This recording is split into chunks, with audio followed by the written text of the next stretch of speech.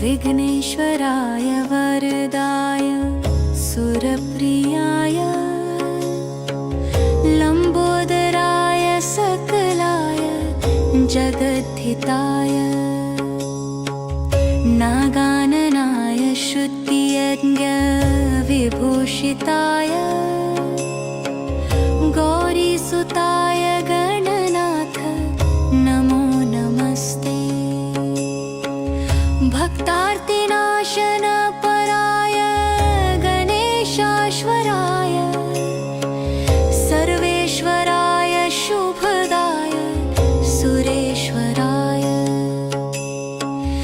विद्याधराय विकटाय च वामनाय भक्तप्रसन्नवरदाय नमो नमस्ते। नमस्ते ब्रह्मरूपाय विष्णुरूपाय ते नमः। नमस्ते रुद्राय रूपाय करिरूपाय ते नमः। विश्वरूपस्वरूपाय नमस्ते ब्रह्मचारिणे भक्तप्रियाय देवाय नमस्तुभ्यं विनायक।